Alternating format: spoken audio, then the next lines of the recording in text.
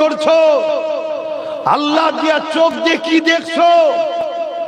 আল্লাহ দিয়া যৌবনের তাকত কাদের পিছনে খরচ করছো? আল্লাহ ছাড় দিয়েছে, ছেড়ে দেয় না।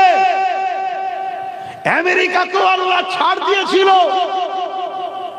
পৃথিবী জুড়ে অত্যাচার করেছে,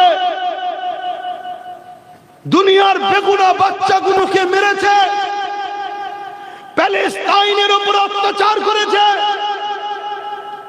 আমেরিকা ইসরায়েলকে সহযোগিতা করে বোম দিয়ে, অস্ত্র দিয়ে, প্লেন দিয়ে নিরীহ প্যালেস্টাইনবাসীর উপরে রক্তের বন্যা ঝরিয়েছে। খোদা ছাড় দিয়েছিল, ছেড়ে দেয় না। গত 9 দিন হয়ে গেল আমার আল্লাহ আমেরিকাকে ছোট্ট একটা ধরেছে, ছোট্ট, বড় নয়।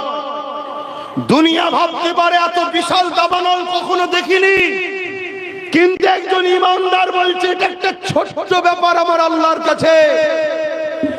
ওই আমেরিকার আমার আল্লাহ পাক আমেরিকার বুকে এক দাবানল শুরু হয়েছে। লস অ্যাঞ্জেলস বলে একটা শহর আছে, যেখানে সব ভিআইপিরা থাকে, কোটিপতিরা থাকে, তাদের কোটিপতি, শিল্পপতি, গায়ক গায়িকা সব থাকে। আমার আল্লাহ সেই শহরকে তাবাহ করে দিচ্ছে আগুন দিয়ে।